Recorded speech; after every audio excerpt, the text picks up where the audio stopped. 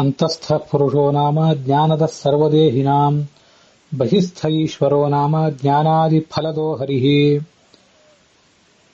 ವಿಷ್ಣುಪತ್ನಿ ಮಹಾಮಾಯೇ ಮಹಾಪುರುಷಲಕ್ಷಣೆ ಪ್ರಿಯೇ ಥಾಮೇ ಮಹಾಭಾಗೇ ಲೋಕಮಾತರ ನಮೋಸ್ತುತೆ ರತತ್ವಾದ್ಭಾತ್ಮಕೆ ವಿಷ್ಣಾವಥವಾಪಿ ಜಗದ್ಭೃತೇಃ ಭರತೋ ವಾ ವಿರುದ್ಧಿಷ್ಟಃ ಭಾರತೀ ತತ್ಸರಸ್ವತೀ ಸುರೂಪ ಬಹುರೂಪಾಶ್ಚ ವಿಶ್ವರೂಪಾಶ್ಚ ಮಾತರಃ ಗಾವೋ ಮಾಮುಪತಿಷ್ಠಂತಾಮಿತಿ ನಿತ್ಯಂ ಪ್ರಕೀರ್ತಯೇತ್. ಶ್ರೀ ಗುರುಭ್ಯೋ ನಮಃ. ಮಹಾಭಾರತ ಪ್ರವಚನ ಸರಣಿಯಲ್ಲಿ 1165ನೇಯ ಅನುಶಾಸನ ಪರ್ವದ 98ನೇಯ ಭಾಗವನ್ನು ಇವತ್ತು ನಾವು ಶ್ರವಣಕ್ಕೆ ತಂದುಕೋಬೇಕಾಗಿದೆ. ವಾವಿಳ್ಳಿ ರಾಮಸ್ವಾಮಿ ಶಾಸ್ತ್ರಿಗಳ ಪಾಠದಲ್ಲಿ 61ನೇ ಅಧ್ಯಾಯ ನಡೆದಿದೆ. ಅದರ 63 ಶ್ಲೋಕಗಳು ಸಮಾಪ್ತವಾಗಿವೆ. 64ನೇ ಶ್ಲೋಕದಿಂದ ಆರಂಭಿಸಿ ಆ ಕಥಾ ಈಗ ಮುಂದಕ್ಕೆ ಹೊರಿಬೇಕಾಗಿದೆ. ಟಿ.ಆರ್. ಕೃಷ್ಣಾಚಾರ್ಯರ ಪಾಠದಲ್ಲಿ 109ನೇ ಅಧ್ಯಾಯ, ವೈಷ್ಣವ ಪಾಠದಲ್ಲಿ 104ನೇ ಅಧ್ಯಾಯ, ಗೀತಾ ಪ್ರೆಸ್ಸಿನ ಪಾಠದಲ್ಲಿ 74ನೇ ಅಧ್ಯಾಯ. ಕದ್ದ ಗೋವನ್ನು ದಾನ ಮಾಡಿದರೆ ಏನಾಗ್ತದೆ ಅಂತ ವರ್ಣನೆ ಮಾಡುವಂಥ ಒಂದು ಪ್ರಸಂಗ ಇದು. ಸ್ವಸ್ತ್ಯಸ್ತು ಸತಾಂ ಅಶೇಷ ಸನ್ಮಂಗಲಾನಿ ಭವಂತು.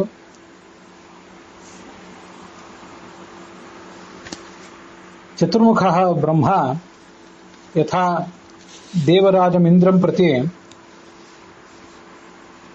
ಗೋಲೋಕ ಪ್ರಾಪ್ತಿ ಹೇತುಭೂತಾನ್ ಧರ್ಮಾನ್ ವರ್ಣಯಾಮಾಸ.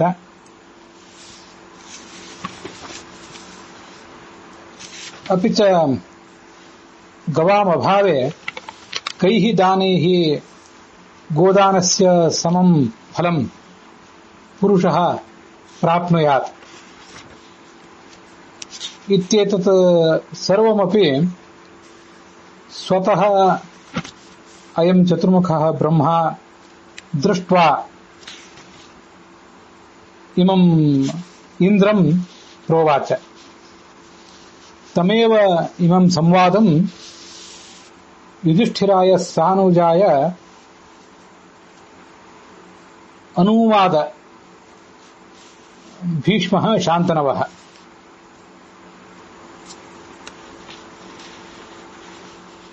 इमं च गोलोकं यः पारदारी परनारीसक्तः पुरुषः, यः गुरुहन्तकः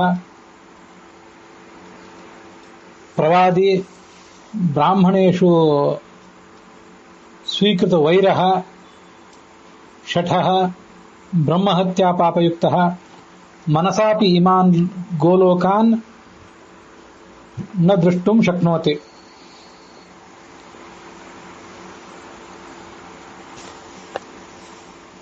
ಗೋಲೋಕದ ವರ್ಣನೆಯನ್ನ ಚತುರ್ಮುಖ ಬ್ರಹ್ಮ ಇಂದ್ರನಿಗೆ ಮಾಡಿದ್ದನ್ನ ಈ ಹಿಂದೆ ನಾವು ಕೇಳಿದ್ದೇವೆ. ಮುಂದೆ ಇಂದ್ರ ಏನು ಕೇಳ್ತಾ ಇದ್ದಾನೆ ಮತ್ತೆ ಅದಕ್ಕೆ ಉತ್ತರ ರೂಪವಾಗಿ ಭೀಷ್ಮರು ಏನು ಹೇಳ್ತಿದ್ದಾರೆ ಅಂತ ಅನ್ನೋದನ್ನ ಈಗ ನೋಡಬೇಕು. ಹಣದ ಆಸೆಯಿಂದ ಅಥವಾ ಮತ್ಯಾವುದಾದ್ರೂ ಕಾರಣದಿಂದ ಒಬ್ಬನ ಹಸುವನ್ನು ಕದ್ದು ಅದನ್ನು ಮತ್ತೊಬ್ಬನಿಗೆ ಮಾರಿದರೆ ಅದರಿಂದ ಏನು ದುರ್ಗತಿ ಆಗ್ತದೆ ಅದನ್ನು ಹೇಳಿದೆ.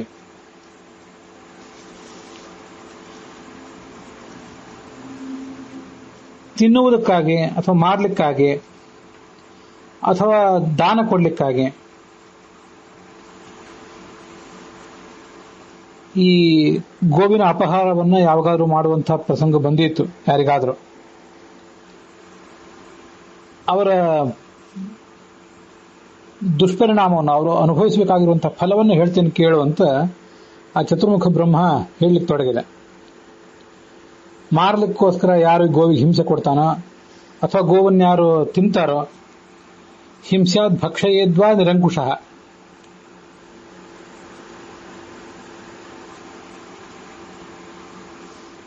ಘಾತಯಾನಂ ಚ ಪುರುಷಂ ಯಹ ಅನುಮನ್ಯೇತ್. ಈ ಎಲ್ಲ ಕೆಲಸಗಳಿಗೆ ಯಾರು ಪ್ರತ್ಯಕ್ಷವಾದ ಅಥವಾ ಪರೋಕ್ಷವಾದ ಸಮ್ಮತಿಯನ್ನು ಕೊಡ್ತಾನೋ ಅವರೆಲ್ಲರೂ ಕೂಡ ಆ ಗೋವಿನ ರೋಮದಲ್ಲಿ ದೇಹದಲ್ಲಿ ಎಷ್ಟು ರೋಮ ಇರ್ತಾವೋ ಅಷ್ಟು ವರ್ಷ ಕಾಲ ನರಕದಲ್ಲಿ ಬಿದ್ದು ನರಳಬೇಕಾಗ್ತದೆ.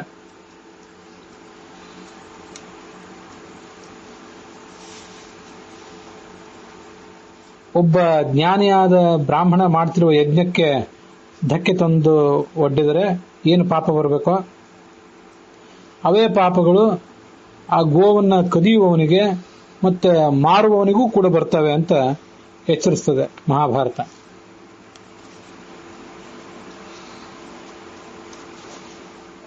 ಬೇರೆಯವರ ಗೋವನ್ನು ತದ್ದು ಬ್ರಾಹ್ಮಣನಿಗೆ ಮಾರುವವನು ಅವನು ತಾನು ಸಂಪಾದಿಸಿದ ಗೋವನ್ನು ದಾನ ಮಾಡುವುದರಿಂದ ಏನೊಂದು ಪುಣ್ಯ ಬಂದು ಎಷ್ಟು ವರ್ಷ ಸ್ವರ್ಗದಲ್ಲಿ ಇರಬೇಕಾಗಿತ್ತು ಅಷ್ಟೇ ವರ್ಷ ನರಕದಲ್ಲಿ ಬೀಳ್ತಾನೆ ಕದ್ದ ಗೋವನ್ನು ಮಾರಿದ್ದರಿಂದ. ಗೋದಾನ ಮಾಡಿದಾಗ ಸುವರ್ಣ ದಕ್ಷಿಣೆಯನ್ನು ಕೊಡಬೇಕು ಅಂತಾನೆ ನಿಯಮ ಇದೆ. ಆ ಸುವರ್ಣಕ್ಕಿಂತ ಶ್ರೇಷ್ಠವಾದ್ದು ಮತ್ಯಾವುದೂ ಇಲ್ಲ ಈ ಜಗತ್ತಿನಲ್ಲಿ.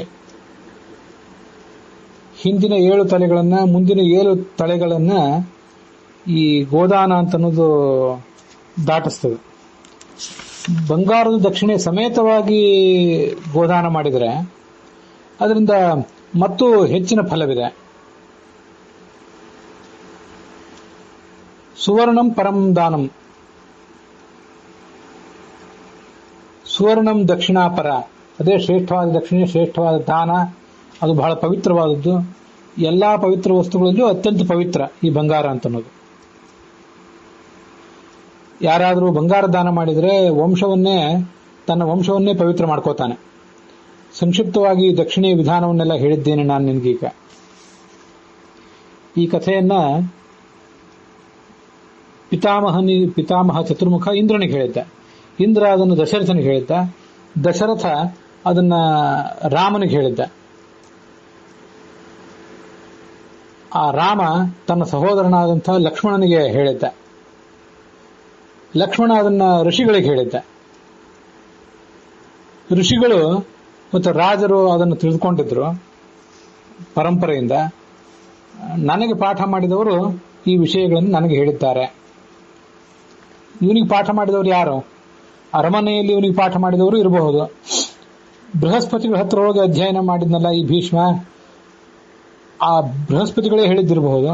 ಅಥವಾ ಸ್ವಯಂ ಪರಶುರಾಮನ ಇವನ ಗುರು, ಅವರು ಹೇಳಿದ್ದಿರಬಹುದು. ಅರಮನೆಯಲ್ಲಿ ಶಂತನುವಿನ ಒಂದು ಕಣ್ಗಾವಲಿನಲ್ಲಿ ಈ ಭೀಷ್ಮ ಯಾರಾದರೂ ಜ್ಞಾನಿಗಳಿಂದ, ಅರಮನೆಯ ಪಂಡಿತರಿಂದ ಶಸ್ತ್ರಾಭ್ಯಾಸ ಮಾಡಿದ್ನ, ಇದೆಲ್ಲ ನಮಗೆ ಮಹಾಭಾರತದಲ್ಲಿ ತಾತ್ಪರ್ಯ ನಿರ್ಣಯದಲ್ಲಿ ಕಾಣಿಸೋದಿಲ್ಲ. ಅದರಿಂದ ಈ ಗುರುಗಳು ಯಾರು ಹೇಳಲಿಕ್ಕಿಲ್ಲ, ಬೃಹಸ್ಪತಿ ಅಥವಾ ಪರಶುರಾಮರೇ ಹೇಳಿದ್ದಿರಬೇಕು. ನನ್ನ ಗುರುಗಳು ನನಗೆ ಇದನ್ನು ಹೇಳಿದರು. ಇಷ್ಟು ಮಹತ್ವ ಇದೆ ಇದಕ್ಕೆ. ಇದನ್ನ ಯಜ್ಞ ನಡೆದಾಗ ಅಥವಾ ಜ್ಞಾನಿಗಳಾದಂತಹ ಬ್ರಾಹ್ಮಣರು ಕೂತ್ಕೊಂಡಿದ್ದಾಗ ಅಥವಾ ಗೋದಾನ ಮಾಡುವಾಗ ಅಥವಾ ಯಾರೇ ಇಬ್ರು ಸಮಾಗಮ ಹೊಂದಿದಾಗ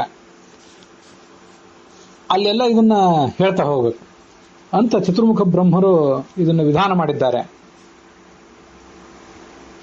ಇದು ನೋಡಿ ಎಷ್ಟು ಮಹತ್ವದ್ದು ಅಂತಂದ್ರೆ, ಗೋದಾನ ಮಾಡುವ ಕಾಲದಲ್ಲಿ ಇದನ್ನು ಹೇಳಬೇಕು.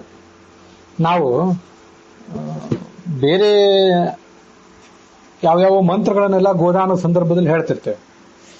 ಆದರೆ ಗೋದಾನವನ್ನು ಮಾಡುವಾಗ ಒಬ್ಬ ಯಾರಾದರೂ ವಿದ್ವಾಂಸನನ್ನ ಅಲ್ಲಿ ಪ್ರವಚನಕ್ಕೆ ಕರೆಸಿ ಅವನ ಮೂಲಕ ಈ ಅಧ್ಯಾಯದ ಪ್ರವಚನ ಮಾಡಿಸ್ಬೇಕು.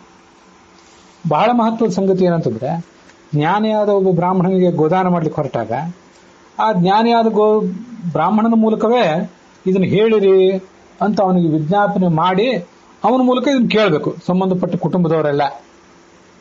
ಅದಾದ ಬಳಿಕ ಅವನಿಗೆ ಆ ಗೋದಾನವನ್ನ ಮಾಡಬಹುದು. ಇವು ತುಂಬಾ ಉಪಯುಕ್ತವಾದಂತಹ ವಿಧಾನಗಳು. ಯಾಕೆಂದ್ರೆ ಚತುರ್ಮುಖ ಬ್ರಹ್ಮನ ವರ್ಣನ ಬಂತು, ಇಂದ್ರನ ವರ್ಣನ ಬಂತು, ದಶರಥ, ರಾಮ, ಲಕ್ಷ್ಮಣ, ಮತ್ತೆ ಋಷಿಗಳು, ರಾಜರು, ಭೀಷ್ಮ, ಅವನ ಗುರುಗಳು ಬೃಹಸ್ಪತಿ ಅಥವಾ ಪರಶುರಾಮರು, ಮತ್ತೆ ಯುಧಿಷ್ಠಿರ ಅವನ ತಮ್ಮಂದಿರು, ಎಲ್ಲರ ವರ್ಣನೆಯೂ ಬಂತಿದ್ರಲ್ಲಿ. ಹೀಗೆ ಬಹಳ ಅದ್ಭುತವಾದದ್ದು. ಇಂಥ ಕೆಲವು ಸಂಗತಿಗಳನ್ನ ಪ್ರವಚನ ರೂಪದಲ್ಲಿ ಕೇಳುವುದನ್ನು ನಾವೆಲ್ಲ ರೂಢಿ ಮಾಡಿಕೊಳ್ಳಬೇಕು. ಶ್ರೇಯಾನ್ ದ್ರವ್ಯಮಯಾದ್ಯಜ್ಞಾತ್ ಜ್ಞಾನಯಜ್ಞ ಪರಂತಪ. ಎಲ್ಲ ದ್ರವ್ಯಮಯ ಯಜ್ಞಕ್ಕಿಂತಲೂ ಒಂದು ಎಳ್ಳು ತಿಲಗೋದಾನ, ಜಲಗೋದಾನ, ಘೃತಗೋದಾನ ಇತ್ಯಾದಿ ಏನೇನು ಗೋದಾನಗಳನ್ನು ಮಾಡ್ತೀವಲ್ಲ, ಆ ಎಲ್ಲ ಗೋದಾನಗಳಿಗಿಂತಲೂ ಮತ್ತೆ ಅಂಥವೇ ಯಾವುದೇ ಸುವರ್ಣ, ಬಂಗಾರದ ದಾನ ಇತ್ಯಾದಿ ಎಲ್ಲಾ ದಾನಕ್ಕಿಂತಲೂ ನಾವು ಮಾಡುವಂತಹ ಜ್ಞಾನಯಜ್ಞ ಅದು ಬಹಳ ಮುಖ್ಯವಾದದ್ದು. ಸುವರ್ಣ ದಾನ ಅಂತಲೂ ಅಲ್ಲಿ ಬಂತಲ್ಲ, ಬಂಗಾರದ ದಾನ ಅಂತೇಳಿ. ಬಂಗಾರದ ದಾನವನ್ನು ಮಾಡಬಹುದು, ಇಲ್ಲ ಅಂತಲ್ಲ. ಆದರೆ ಅದೆಲ್ಲಕ್ಕಿಂತ ಹೆಚ್ಚಾಗಿ ವರ್ಣ ಅಂದ್ರೆ ಅಕ್ಷರಗಳು, ಸುವರ್ಣ ಅಂದ್ರೆ ಅತ್ಯಂತ ಸುಂದರವಾದಂತಹ ಅಕ್ಷರಗಳಿರುವಂತಹ ಶಾಸ್ತ್ರ, ಮಹಾಭಾರತ, ವೇದ ಮೊದಲಾದ ಶಾಸ್ತ್ರಗಳು, ಅವುಗಳ ದಾನವನ್ನು ಮಾಡಬೇಕು. ಅವುಗಳನ್ನ ಜ್ಞಾನಿಗಳಾದವರಿಗೆ ಮತ್ತೆ ಯಾರಿಗೆ ಕೇಳಲಿಕ್ಕೆ ಅಪೇಕ್ಷೆ ಇದೆ, ಜಿಜ್ಞಾಸುಗಳಾಗಿದ್ದಾರೆ, ಅಂಥವರಿಗೆಲ್ಲ ಅದನ್ನು ವರ್ಣನೆ ಮಾಡಬೇಕು. ಅದು ನಿಜವಾದ ಸುವರ್ಣ ದಾನ. ಹೀಗೆ ಯಾವತ್ತು ಜ್ಞಾನಯಜ್ಞ ಮತ್ತು ದ್ರವ್ಯಯಜ್ಞ ಎರಡು ಒಟ್ಟಿಗೆ ನಡೆದಿರಬೇಕು. ನಮ್ಮ ಎಲ್ಲ ಕರ್ಮಗಳು ಇವತ್ತು ಕೇವಲ ಕರ್ಮದಲ್ಲಿ ಪರಿಸಮಾಪ್ತಿ ಹೊಂದಿ ಬಿಡ್ತಾವಲ್ಲ, ಅದು ಒಂದು ದುರಂತ. ಭಾಗವತ ತಾತ್ಪರ್ಯ ನಮ್ಮನ್ನ ಆ ನಿಟ್ಟಿನಲ್ಲಿ ಎಚ್ಚರಿಸ್ತದೆ. ಯಥಾವತ್ ಕರ್ಮಕರ್ತುಸ್ತು ಜ್ಞಾನ ಸಹಾಯಕಾರಕಂ ಅನ್ಯಥಾ ಕುರುವತಃ ಕರ್ಮ ನಿರಯಾಯ ಭವಿಷ್ಯತೆ ತಥಾಪಿ ಕರ್ಮ ನಿಂದಂತಿ ನಯತಃ ಕರ್ತು ಮಂಜಸಾ ಶಕ್ಯಂ ಬಹುತ್ವಾನ್ ಜ್ಞಾನಫಲಸ್ಯ ಬಹುತ್ವಾತ್ ಮೋಹನಾಯವ. ಕರ್ಮವನ್ನ ತುಂಬಾ ಕಟ್ಟುನಿಟ್ಟಾಗಿ ಮಾಡಿದರೆ, ವಿಧಿವತ್ತಾಗಿ ಕರ್ಮವನ್ನು ಮಾಡಿದರೆ ಅದು ಜ್ಞಾನಕ್ಕೆ ಸಹಾಯ ಆಗ್ತದೆ. ನಾವು ಇಲ್ಲೆಲ್ಲ ಕಡೆ ಗಮನಿಸಬೇಕಾದ ಸಂಗತಿ ಏನು, ನಮಗೆ ಗೋದಾನ ಮಾಡಿದಾಗ ಯಾವುದೋ ಗೋಲೋಕದ ಪ್ರಾಪ್ತಿ ಆಗ್ತದೆ, ಅಲ್ಲಿ ಅಪ್ಸರೆಯ ಜೊತೆ ವಿಹರಿಸ್ತೀವಿ, ಅದೇ ನಮ್ಮ ಮುಖ್ಯ ಫಲ ಆಗಿರಬಾರ್ದು. ಗೋದಾನ ಮಾಡಿದಾಗ ಆ ಗೋದಾನ ಸ್ವೀಕಾರ ಮಾಡಿದಂತಹ ಒಬ್ಬ ಜ್ಞಾನಿಯಾದ ವ್ಯಕ್ತಿ ಏನಿರ್ತಾನೆ, ಆ ವ್ಯಕ್ತಿ ತನ್ನ ಜೀವಮಾನವನ್ನು ನಡೆಸಲಿಕ್ಕೆ ಅನುಕೂಲ ಆಗ್ತದೆ, ತನ್ನ ಜೀವನ ನಡೆಸಲಿಕ್ಕೆ, ತನ್ನ ವೃತ್ತಿಗೆ ಅವನಿಗೆ ಉಪಯುಕ್ತ ಆಗ್ತದೆ. ಅಂಥವನು ಮತ್ತಷ್ಟು ನಿಶಂಕನಾಗಿ, ಯಾವುದೇ ಚಿಂತೆ ಇಲ್ಲದೆ ಶಾಸ್ತ್ರಗಳ ಅಧ್ಯಯನ, ಪ್ರವಚನ, ಪಾಠ ಇತ್ಯಾದಿಗಳಲ್ಲಿ ತೊಡಗುತ್ತಾನೆ. ಅದರಿಂದ ಸಮಾಜಕ್ಕೆ ಉಪಯೋಗ ಇದೆ. ಗೋವುಗಳ ಸಂತತಿಯನ್ನು ಉಳಿಸಿದಂತಾಗ್ತದೆ. ಮತ್ತೆ ಆ ಜ್ಞಾನಿಗಳಾದಂತಹ ಆ ಬ್ರಾಹ್ಮಣರ ವೃತ್ತಿಗೆ ಅನುಕೂಲ ಆಗ್ತದೆ. ಆ ಒಬ್ಬ ಬ್ರಾಹ್ಮಣ ನಿಶಂಕನಾಗಿದ್ರೆ, ಆತಂಕರಹಿತನಾಗಿದ್ರೆ, ಸಮಾಜದಲ್ಲಿ ನಾಳೆ ನನ್ನ ಗತಿ ಏನು, ನಾಳೆ ಊಟಕ್ಕೆ ಗತಿ ಏನು ಅಂತ ಚಿಂತೆ ಇಲ್ಲದೆ ಅವನು ಪಾಠ ಪ್ರವಚನಗಳಲ್ಲಿ ನಿರತನಾದ್ರೆ ಅದರಿಂದ ಒಟ್ಟಾರೆ ಸಮಾಜಕ್ಕೆ ಉಪಯೋಗ ಇದೆ. ಇದು ನಾವು ಗಮನಿಸಬೇಕಾದ ಗೋದಾನದ ಹಿಂದಿನ ಒಂದು ಮನೋಭಾವವನ್ನು. ನಾವು ಸ್ವರ್ಗಲೋಕದಲ್ಲಿ ವಿಹರಿಸಿ ಬಿಡ್ತೀವಿ ಅನ್ನೋ ಒಂದು ಭ್ರಮೆ ಮಾತ್ರ ಅದೊಂದು ಇರಬಾರ್ದು. ಅದ ಸ್ವರ್ಗಲೋಕ ಸಿಗೋದಿಲ್ಲ ಅಂತ ಹೇಳ್ತಿಲ್ಲ, ಆದರೆ ಸ್ವರ್ಗಲೋಕ ಸಿಗುವುದೊಂದೇ ಬಹಳ ದೊಡ್ಡ ಸಂಗತಿ ಅಲ್ಲ, ಅದಕ್ಕಿಂತಲೂ ಬೇರೆ ಸಂಗತಿಗಳು ಇವೆ. ಒಬ್ಬ ಜ್ಞಾನಿಯಾದ ವ್ಯಕ್ತಿ ಆತ ತಾನು ವಿದ್ವಾಂಸನಾಗಿ ಮುಂದೆ ಪಾಠ ಪ್ರವಚನ ಮಾಡುವಾಗ ಆಯಿತು, ಅಥವಾ ಆತ ವಿದ್ವಾಂಸ ಆಗುವುದಕ್ಕಿಂತ ಮುಂಚೆ ಆಯಿತು, ಆತ ಅಧ್ಯಯನ ಮಾಡಲಿಕ್ಕೆ ತೊಡಗುವಾಗ, ಆತನನ್ನ ಅವನ ತಂದೆ ತಾಯಂದಿರು ಮೊದಲಾದವರು ಅಧ್ಯಯನದಲ್ಲಿ ತೊಡಗಿಸುವಾಗ, ಇಷ್ಟೆಲ್ಲ ಅಧ್ಯಯನ ಮಾಡಿದಾಗ ನಾಳೆ ಇವನ ಜೀವನಕ್ಕೆ ಗತಿ ಏನು ಅಂತ ಅವ್ರಿಗೆ ಶಂಕೆ ಬಂದ್ರೆ, ಅಥವಾ ಇವನಿಗೆ ಶಂಕೆ ಬಂದ್ರೆ, ಆ ಅಧ್ಯಯನ ಮಾಡುವಂತಹ ಒಬ್ಬ ವ್ಯಕ್ತಿ ಸಮಾಜಕ್ಕೆ ಕಡಿಮೆ ಆದ. ಶಾಸ್ತ್ರದ ಪರಂಪರೆ ಒಬ್ಬನನ್ನು ಕಳ್ಕೊಂಡಿತ್ತು. ಅಧ್ಯಯನ ಮಾಡುವಾಗ, ಅಧ್ಯಯನದ ಆರಂಭದಲ್ಲಿ ಇದನ್ನು ವಿಚಾರ ಮಾಡಿದರೆ ಅದೊಂದು ಸಮಸ್ಯೆ. ಅಧ್ಯಯನ ಆದ ಮೇಲೂ ಕೂಡ ನಿಶಂಕನಾಗಿ ಅಥವಾ ಆತಂಕರಹಿತನಾಗಿ ಪಾಠ ಪ್ರವಚನದಲ್ಲಿ ತೊಡಗಬೇಕಾದವನು ತದ್ದಿ ತಪಃ ಅಂತ ಅದನ್ನ ತಪಸ್ಸು ಅಂತ ತಿಳಿದುಕೊಂಡು ಮುನ್ನಡೆಯಬೇಕಾದವನು ತನ್ನ ಜೀವನಕ್ಕೆ, ವೃತ್ತಿಗೆ ತೊಂದರೆ ಬಂತು ಅಂತ ಕಂಡಾಗ ಅದಕ್ಕಾಗಿ ಮತ್ತಾವುದಾದ್ರೂ ಧನಗಳಿಕೆ ಉಪಾಯಗಳನ್ನ ಆತ ಹುಡುಕಬೇಕಾಗ್ತದೆ. ಆತ ಧನಗಳಿಕೆ ಉಪಾಯದ ಹಿಂದೆ ಬಿದ್ದರೆ ಈ ಕಡೆ ಶುದ್ಧವಾದ ಪಾಠ ಪ್ರವಚನ ಇತ್ಯಾದಿಗಳ ಒಂದು ಕ್ಷೇತ್ರದಲ್ಲಿ ಒಬ್ಬ ವ್ಯಕ್ತಿ ಕಡಿಮೆ ಆಗ್ತಾನೆ. ಇದು ಒಬ್ಬರಿಂದ ಒಬ್ಬರಿಗೆ ಸಾಂಕ್ರಾಮಿಕವಾಗಿ ಹರಡ್ತಾ ಹೋದ್ರೆ ಅದರಿಂದ ಸಮಾಜದಲ್ಲಿ ಎಲ್ರಿಗೂ ತೊಂದರೆ ಇದೆ. ಇದನ್ನು ನಾವು ಗಮನಿಸಬೇಕಾದಂತಹ ವಿಷಯಗಳು. ಅದಕ್ಕಾಗಿ ಗೋದಾನ ಮಾಡಬೇಕು. ಕೇವಲ ನಮ್ಮ ಸ್ವರ್ಗದ ಸುಖಕ್ಕಾಗಿ ಮಾತ್ರ ಅಲ್ಲ. ನಾವು ಗೋದಾನ ಮಾಡ್ತೇವೆ, ಅದನ್ನು ಸ್ವೀಕಾರ ಮಾಡಿದಂಥ ವ್ಯಕ್ತಿ ಪಾಠ ಪ್ರವಚನ ಇತ್ಯಾದಿಗಳು ತೊಡಗ್ತಾನೆ, ಸಮಾಜಕ್ಕೆ ಸಹಾಯಕ ಆಗ್ತಾನೆ, ಅದರಿಂದ ನಮಗೆ ಉಪಯೋಗ ಇದೆ, ಅದನ್ನ ಮತ್ತೆ ಗೋದಾನ ಮಾಡೋಣ. ಹೀಗೆ ಈ ವಿನಿಮಯ ಅಂತ ಅನ್ನೋದು, ಸಂಪತ್ತಿನ ವಿನಿಮಯ ಮತ್ತು ಜ್ಞಾನದ ವಿನಿಮಯ ಅಂತ ಅನ್ನೋದು ಪರಸ್ಪರ ನಡೀತಾ ಇರಲಿ ಅನ್ನೋ ಒಂದು ಆಲೋಚನೆ ಇರಬೇಕು ಕೊಡುವವರಿಗೆ. ಇದು ಯಥಾವತ್ ಕರ್ಮಕರ್ತುಸ್ತು ಜ್ಞಾನ ಸಹಾಯಕಾರಕಂ. ಸರಿಯಾಗಿ ತಿಳಿದು ಕರ್ಮ ಮಾಡಿದ್ರೆ ಅದು ಜ್ಞಾನಕ್ಕೆ ಸಹಾಯಕ ಆಗಬೇಕು. ಅನ್ಯಥಾ ಕುರುವತ ಕರ್ಮ ನಿರಯಾಯ ಭವಿಷ್ಯತೆ. ಕರ್ಮವನ್ನು ಬೇಕಾಬಿಟ್ಟಿಯಾಗಿ ಮಾಡಿದ್ರೆ ಅದು ನರಕಕ್ಕೆ ಕಾರಣ ಆಗ್ತದೆ. ಈ ಕರ್ಮಕ್ಕಿಷ್ಟು ಮಹತ್ವ ಇದೆ. ಆದರೂ ಕೂಡ ಕೆಲವು ಕಡೆ ಕರ್ಮವನ್ನು ನಿಂದನೆ ಮಾಡ್ತಿರ್ತಾರೆ. ಕರ್ಮದಿಂದ ಉಪಯೋಗ ಇಲ್ಲ, ನಾಸ್ತ್ಯಕೃತಃ ಕೃತೇನ, ಶಾಶ್ವತವಾದ ಮೋಕ್ಷ ಅಂತ ಅನ್ನೋದು ಈ ಕರ್ಮದಿಂದ ಸಿಗೋದಿಲ್ಲ ಅಂತ ಕರ್ಮವನ್ನ ಕೆಲವು ಕಡೆ ಖಂಡಿಸ್ತಾ ಇರ್ತಾರೆ. ಯಾಕೆ ಕರ್ಮವನ್ನು ಖಂಡಿಸ್ತಾರೆ ಅಂದ್ರೆ, ನಯತಃ ಕರ್ತು ಮಂಜಸ ಶಕ್ಯಂ. ಕರ್ಮಗಳನ್ನ ಸಾಂಗವಾಗಿ 100% ಪರಿಪೂರ್ಣವಾಗಿ ಮಾಡಲಿಕ್ಕೆ ನಮಗೆ ಸಾಧ್ಯ ಇಲ್ಲ. ಹಾಗಂದ್ರೆ ನಮ್ಮಂಥವರಿಗೆ 100% ಜ್ಞಾನ ಸಂಪಾದನೆ ಮಾಡ್ಲಿಕ್ಕೆ ಸಾಧ್ಯ ಆಗ್ತದ ಅಂತಂದ್ರೆ ಅದು ಆಗದೇ ಇರಬಹುದು. ಆದ್ರೆ ಒಂದು ಈ ಕಲಿಕಾಲ ಮೊದಲಾದ ಕಾಲಗಳು ಬಂದಾಗ, ಕಷ್ಟದ ಸ್ಥಿತಿಗಳಿದ್ದಾಗ, ಧರ್ಮಾಚರಣೆ ಅಂತ ಬಹಳ ಕಷ್ಟ ಆಗಿದ್ದಾಗ ಕ್ರಿಯೆಯನ್ನ ಸ್ನಾನ, ಸಂಧ್ಯಾ ವಂದನೆ, ದೇವರ ಪೂಜೆ, ಬೆಳಗಾಗಿ ಎದ್ದು ಆತ ಬಹಿರ್ದೇಶಕ್ಕೆ ಏನು ಹೋಗ್ತಾನೆ ಅಲ್ಲಿಂದ ಹಿಡಿದು ರಾತ್ರಿ ಆತ ಮಲಗುವವರೆಗೆ ಏನೇನು ಧರ್ಮಾಚರಣೆಗಳನ್ನು ಮಾಡ್ತಾನೆ, ಅಂಥ ಎಲ್ಲಾ ಧರ್ಮಾಚರಣೆಗಳನ್ನು 100% ಶಾಸ್ತ್ರ ಹೇಳಿದಂತೆ ಮಾಡ್ಲಿಕ್ಕೆ ನಮಗೆ ಸಾಧ್ಯ ಆಗೋದಿಲ್ಲ. ಆದರೆ ನಾವೇ ಮಾಡುವ ಆ ಕರ್ಮಗಳ ಅಪರಿಪೂರ್ಣತೆಗೆ ಹೋಲಿಸಿದ್ರೆ ನಾವು ಮಾಡುವ ಜ್ಞಾನ ಕಾರ್ಯಗಳು ಸ್ವಲ್ಪ ಹೆಚ್ಚಿನ ಪರಿಪೂರ್ಣತೆಯಿಂದ ಕೂಡಿರ್ತವೆ. ನಾವು ಮಾಡುವ ಜ್ಞಾನ ಕಾರ್ಯಗಳು, ನಾವು ಮಾಡುವ ಪ್ರವಚನ, ನಾವು ಮಾಡುವ ಶ್ರವಣ ಎಲ್ಲ ಪರಿಪೂರ್ಣವಾಗಿರ್ತದೆ ಅಂತ ಅರ್ಥ ಅಲ್ಲ. ನಮ್ಮನ್ನು ಮೀರಿಸಿದಂತೆ ಶ್ರವಣ, ಪ್ರವಚನ, ಜ್ಞಾನ ಕಾರ್ಯ ಇತ್ಯಾದಿಗಳನ್ನು ಮಾಡುವಂಥ ದೊಡ್ಡ ದೊಡ್ಡ ಯೋಗ್ಯತೆ ಇರುವಂಥ ಸಾಧಕರು ನಮ್ಮಲ್ಲೇ ಇರ್ತಾರೆ. ನಮ್ಮನ್ನು ಮೀರಿ ಚಕ್ರವರ್ತಿಗಳು, ಪಿತೃಗಳು, ಋಷಿಗಳು, ದೇವತೆಗಳು ಇರ್ತಾರೆ. ಅವರ ಹೋಲಿಕೆ ಅಲ್ಲ ಇದು. ನಾವೇ ಈ ಕರ್ಮವನ್ನು ಮಾಡಲಿಕ್ಕೆ ನಿಂತಾಗ ಎಷ್ಟು ಮಾಡಬಲ್ಲೆವೋ ಅದಕ್ಕಿಂತ ಹೆಚ್ಚು ಸಾಂಗವಾಗಿ ಜ್ಞಾನ ಕಾರ್ಯವನ್ನ ಮಾಡ್ಲಿಕ್ಕೆ ಸಾಧ್ಯ. ನಯತಃ ಕರ್ತು ಮಂಜಸ ಶಕ್ಯಂ. ಕರ್ಮವನ್ನು ಪರಿಪೂರ್ಣವಾಗಿ ಮಾಡುವುದೇ ಬಹಳ ಕಷ್ಟ. ಆದ್ರಿಂದ ಕರ್ಮವನ್ನು ಕೆಲವು ಕಡೆ ನಿಂದನೆ ಮಾಡಿದಂತೆ ಶಾಸ್ತ್ರದಲ್ಲಿ ಕಾಣಿಸ್ತದೆ. ಜ್ಞಾನ ಫಲಸ್ಯ ಬಹುತ್ವಾತ್. ಕರ್ಮದ ಫಲ ಅಂತನೂ ಯಾವತ್ತೂ ಕೂಡ ಬಹಳ ಕಡಿಮೆ, ಜ್ಞಾನದ ಫಲವೇ ಬಹಳ ದೊಡ್ಡದು. ಸ್ವರ್ಗ ಸಿಕ್ಕಿತು, ಅಪ್ಸರೆಯರ ವರ್ಣನೆ ಮಾಡ್ತಾರೆ, ಮತ್ತಾವುದೋ ರಥಗಳ, ಹಾಲಿನ ಹೊಳೆಯ, ತುಪ್ಪದ ಕೊಳದ ವರ್ಣನೆ ಮಾಡ್ತಾರೆ. ಆದರೆ ಜ್ಞಾನದ ಫಲ ಅಂತನೂ ಬಹಳ ದೊಡ್ಡದು.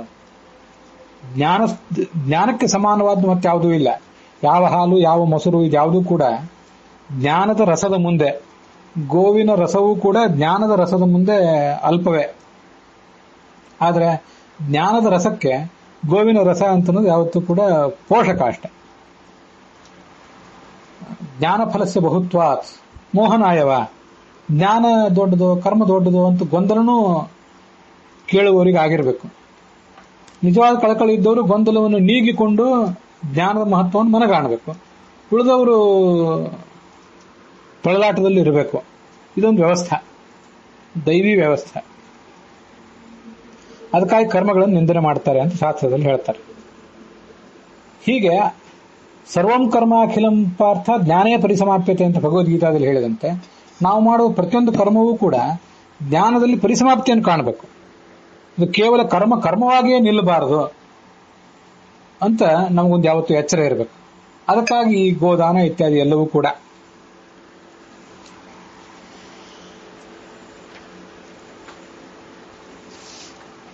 ಯುಧಿಷ್ಠಿರ ಮುಂದಿನ ಅಧ್ಯಾಯದಲ್ಲಿ ಮತ್ತೊಂದು ಪ್ರಶ್ನವನ್ನು ಕೇಳ್ತಾನೆ ಈ ಭೀಷ್ಮರನ್ನ. ಧರ್ಮೋಪದೇಶ ಮಾಡಿದ್ದೀರಿ, ವಿಶ್ರಂಭಿತೋಹಂ ಭವತ. ಬಹಳ ಮಹತ್ವದ್ದು. ನನಗೆ ಧರ್ಮದ ಬಗ್ಗೆ ದೃಢವಾದಂತಹ ವಿಶ್ವಾಸ ಬರುವಂತಾಗಿದೆ. ನೋಡಿ, ನಮಗೆ ಅನೇಕರಿಗೆ ಎಲ್ಲ ನಮ್ಮನ್ನು ಹಿಡಿದು, ನಮ್ಮನ್ನು ಹೊರತುಪಡಿಸಿ ಈ ಮಾತು ಅಂತಲ್ಲ, ಧರ್ಮದ ಬಗ್ಗೆ ದೃಢವಾದ ಜ್ಞಾನ ಇರೋದಿಲ್ಲ. ಯಾಕೆ ಇರೋದಿಲ್ಲ? ಸರಿಯಾದ ಅಧ್ಯಯನವನ್ನು ನಾವು ಮಾಡಲಿಲ್ಲ, ಶ್ರವಣ ಮಾಡಲಿಲ್ಲ, ಮನನ ಮಾಡಲಿಲ್ಲ, ಧ್ಯಾನ ಮಾಡಲಿಲ್ಲ. ಅನೇಕ ಕಡೆ ಗುರುಗಳಾದವರು ಸರಿಯಾಗಿ ಹೇಳುವಂತ ಗುರುಗಳು ಸಿಕ್ಕಿರೋದಿಲ್ಲ, ಕೆಲವರು ಹೇಳಿರೋದಿಲ್ಲ, ಅವ್ರು ಹೇಳಿದ್ದು ಇವನಿಗೆ ಸರಿಯಾಗಿ ಅರ್ಥ ಆಗಿರೋದಿಲ್ಲ. ಹೀಗೆಲ್ಲ ಇರುವಾಗ ಆ ಧರ್ಮದ ಮೇಲೆ ವಿಶ್ವಾಸ ಬರಲಿಕ್ಕೆ ಹೇಗೆ ಸಾಧ್ಯ? ಭೀಷ್ಮನಂತಹ ಮಹಾಗುರು ಅಲ್ಲಿದ್ದಾಗ ಅವನು ಈ ತರ ದೀರ್ಘವಾದ ಉಪದೇಶವನ್ನು ಮಾಡಲಿಕ್ಕೆ ತೊಡಗಿದಾಗ ಯುಧಿಷ್ಠಿರನಿಗೆ ಆ ವಿಶ್ವಾಸ ಬಂದಿರುವುದು ಸಹಜ. ಅಂಥ ನ್ಯಾಯ ಅನ್ಯಾಯ ಧರ್ಮ ಅಧರ್ಮಗಳನ್ನು ತೀರ್ಮಾನ ಮಾಡಬೇಕಾದ ಯುಧಿಷ್ಠಿರ ನನಗೀಗ ಧರ್ಮದ ಬಗ್ಗೆ ವಿಶ್ವಾಸ ಹುಟ್ಟುವಂತೆ ನೀವು ಮಾತಾಡಿದಿರಿ ಅಂತ ಹೇಳುವುದು ಬಹಳ ನಾವು ನಮ್ಮನ್ನ ಅವಲೋಕಿಸಿಕೊಳ್ಳಬೇಕಾದಂತಹ ಒಂದು ಪ್ರಸಂಗ ಇದು. ಹಾಗೆ ಭೀಷ್ಮರಂತಹ ಮಹಾಜ್ಞಾನಿಗಳನ್ನ ಸಂಪರ್ಕಿಸಿ ಅವರ ಬಳಿಗೆ ನಾವು ಹೋಗಿ ಪರಿಪ್ರಶ್ನೆಯನ್ನ ತದ್ವಿಧಿ ಪ್ರಣಿಪಾತೇನೆ ಪರಿಪ್ರಶ್ನೆಯನ್ನ ಅವ್ರಿಗೆ ನಮಸ್ಕಾರ ಮಾಡಿ ಪರಿಪ್ರಶ್ನೆ ಮಾಡಿರಿ. ಪರಿಪ್ರಶ್ನೆ ಮಾಡುವುದಂದ್ರೆ ಪರಿಪರಿಯಿಂದ ಅವ್ರನ್ನ ಪ್ರಶ್ನೆ ಮಾಡುವುದು, ಹಾಗೂ ಒಂದು ಅರ್ಥ ಹೇಳಬಹುದು. ಸುಮ್ಮನೆ ಹಾಸ್ಯಕ್ಕಾಗಿ ಹೇಳಿದೆ. ಪ್ರಶ್ನೆ ಮಾಡಿ ಅವರ ಮೂಲಕ ವಿಷಯಗಳನ್ನು ತಿಳ್ಕೋಬೇಕು, ಸಂಶಯಗಳನ್ನು ಪರಿಹರಿಸಿರಿ. ವ್ರತಾಚರಣೆಯಿಂದ ಏನು ಫಲ ಬರಬೇಕು, ಅದು ಎಂಥದ್ದು ನಿಯಮ, ವೇದಾಧ್ಯಯನದಿಂದ ನಿಯಮಾನಾಂ ಫಲಂ ಕಿಂಚ ಸ್ವಧೀತಸ್ಯ ಚ ಕಿಂ ಫಲಂ. ದಾನ ಮಾಡುವುದರಿಂದ, ವೇದಗಳನ್ನು ಧಾರಣ ಮಾಡುವುದರಿಂದ ಏನು ಫಲ ಸಿಗ್ತದೆ ಅದನ್ನೆಲ್ಲ ಹೇಳ್ರಿ. ವೇದಗಳನ್ನು ಅಧ್ಯಯನ ಮಾಡಿದ್ರಿಂದ ಏನು ಫಲ ಸಿಗ್ತದೆ ಅದನ್ನು ಹೇಳ್ರಿ. ಲೋಕದಲ್ಲಿ ಯಾವುದೇ ಪ್ರತಿಗ್ರಹವನ್ನು ಮಾಡದೆ ದಾನ ಸ್ವೀಕಾರ ಅಂತ ನನಗೆ ಬೇಡವೇ ಬೇಡ ಅಂತ ಕೂತ್ಕೊಂಡವನಿಗೆ ಏನು ಫಲ ಇದೆ, ದಾನ ಕೊಟ್ಟವನಿಗೆ ಏನು ಫಲ, ಅಲ್ಲೇ ಕಾಣುವ ಫಲ ಏನು, ಕಾಣದ ಫಲ ಏನು, ಶೂರನಿಗೆ ಯಾವ ಫಲ, ಸತ್ಯವನ್ನು ಆಡಿದ್ರಿಂದ ಫಲ ಏನು, ಬ್ರಹ್ಮಚರ್ಯದಲ್ಲಿ ಬದುಕಿದ್ರಿಂದ ಏನು ಫಲ, ಪಿತೃ ಸೇವಾ ಮಾತೃ ಸೇವಾ ಗುರು ಸೇವಾ ಮಾಡಿದ್ರಿಂದ ಸಿಗಬೇಕಾದ ಫಲ ಏನು, ಸರ್ವ ಪ್ರಾಣಿಗಳಲ್ಲಿಯೂ ಅನುಕಂಪೆಯಿಂದ ಬದುಕಿದರ ಆ ಜೀವನದ ಫಲ ಏನು, ಇದೆಲ್ಲವನ್ನು ತಿಳ್ಕೋಬೇಕು ಅಂತ ಅಪೇಕ್ಷೆ ಪಡ್ತೇನೆ. ಇದ್ರ ಬಗ್ಗೆ ನನಗೆ ಕುತೂಹಲ ಇದೆ, ಹೇಳ್ರಿ ಅಂತ. ನಾವು ಒಂದು ಆ ಶ್ಲೋಕಗಳನ್ನು ಗಮನಿಸಿ ನೋಡಿದ್ರೆ, ಆ ಪ್ರಶ್ನೆಗಳನ್ನು ಗಮನಿಸಿ ನೋಡಿದ್ರೆ, ಇಡೀ ಜೀವಮಾನದಲ್ಲಿ ಒಬ್ಬ ನ್ಯಾಯಯುತವಾಗಿ ಬದುಕಿದರೆ, ಧರ್ಮ ಮಾರ್ಗದಲ್ಲಿ ಬದುಕಿದರೆ ಏನೇನನ್ನು ಮಾಡಬೇಕು ಅದನ್ನೆಲ್ಲವನ್ನೂ ಅವ್ನು ಕೇಳ್ಬಿಟ್ಟ. ಅಂತೂ ಜೀವನವನ್ನು 100% ಧಾರ್ಮಿಕವಾಗಿ ಕಳೆದರೆ ಅದರಿಂದ ಏನೇನು ಫಲ ಬರಬೇಕು ಅದನ್ನೆಲ್ಲ ಹೇಳಿ ಅಂತಾನೆ ಅವ್ನು ಕೇಳಿದಂತೆ. ಅದಕ್ಕೆ ಇವರಿಗೆ ಉತ್ತರ ಕೊಡಬೇಕು. ವ್ರತಗಳನ್ನು ಮಾಡಬೇಕು, ಅದರಿಂದ ಸನಾತನವಾದ ಲೋಕಗಳು ಸಿಗ್ತವೆ. ನಿಯಮಾನಾಂ ಫಲಂ ರಾಜನ್ ಪ್ರತ್ಯಕ್ಷಮಿಹ ದೃಶ್ಯತೆ. ಇದು ನೋಡಿ, ನಾವೆಲ್ಲ ತಿಳ್ಕೊಳ್ಬೇಕಾದ ಸಂಗತಿ. ಅನೇಕ ನಿಯಮಗಳನ್ನ, ಮುಡಿ ಮೈಲಿಗೆ, ವ್ರತ ನಿಯಮಗಳು, ಕಟ್ಟುನಿಟ್ಟಾದ ಆಚಾರಗಳು, ಇವನ್ನೆಲ್ಲ ನಾವು ಅನುಸರಿಸ್ತೇವೆ. ಅನೇಕ ಸಂಗತಿಗಳಿಗೆ ಪ್ರತ್ಯಕ್ಷವಾಗಿ ಫಲ ಕಾಣ್ತದೆ. ಕೆಲವುದಕ್ಕೆ ಕಾಣದೇ ಇರಬಹುದು, ಅದು ಕೆಲವಕ್ಕಾದ್ರೂ ಕಾಣ್ತದಲ್ಲ. ನಾವು ಮಾಡಿದ್ದು ನಿಯಮಗಳ ಫಲ ನಮಗೆ ಪ್ರತ್ಯಕ್ಷವಾಗಿ ಕಾಣ್ತದೆ, ಅಥವಾ ಮತ್ತೊಬ್ರು ಯಾರು ದೊಡ್ಡವರು ನಮ್ಮ ಸುತ್ತಮುತ್ತಿದ್ದವರು ಮಾಡಿದಂತ ಕರ್ಮದ ಫಲ ಪ್ರತ್ಯಕ್ಷವಾಗಿ ಕಾಣ್ತದೆ. ಯಥಾ ಸಂಪುಷ್ಪಿತಸ್ಯ ವೃಕ್ಷಸ್ಯ ದೂರಾತ್ ಗಂಧೋ ವಾತಿ ಏವಂ ಪುಣ್ಯಸ್ಯ ಕರ್ಮಣ ಅಂತ ಮಹಾನಾರಾಯಣ ಉಪನಿಷತ್ತು ಹೇಳ್ತದೆ. ತುಂಬಾ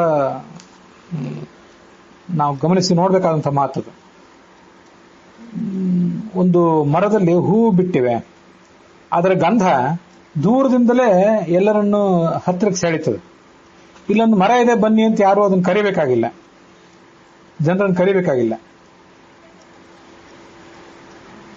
ಸಂಪುಷ್ಪಿತಸ್ಯ ವೃಕ್ಷಸ್ಯ ಗಂಧ ದೂರಾತ್ ವಾತಿ ಏವಂ ಪುಣ್ಯಸ್ಯ ಕರ್ಮಣಃ.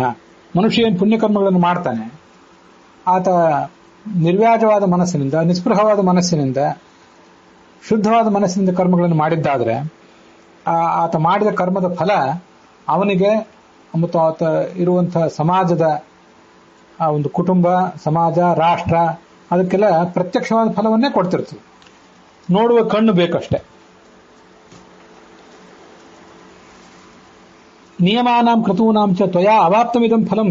ಏನು ಪ್ರತ್ಯಕ್ಷವಾದ ಫಲ ಅಂದ್ರೆ, ನೀನು ನಿನ್ನ ತಮ್ಮಂದಿರು ಇಷ್ಟೆಲ್ಲ ಸತ್ಯನಿಷ್ಠವಾದ ಜೀವನವನ್ನು ನಡೆಸಿದ್ರಲ್ಲ, ಅದೊಂದು ನಿಮಗೆ ಫಲವೇ ಸಿಕ್ಕಿದೆಯಲ್ಲ. ಈಗ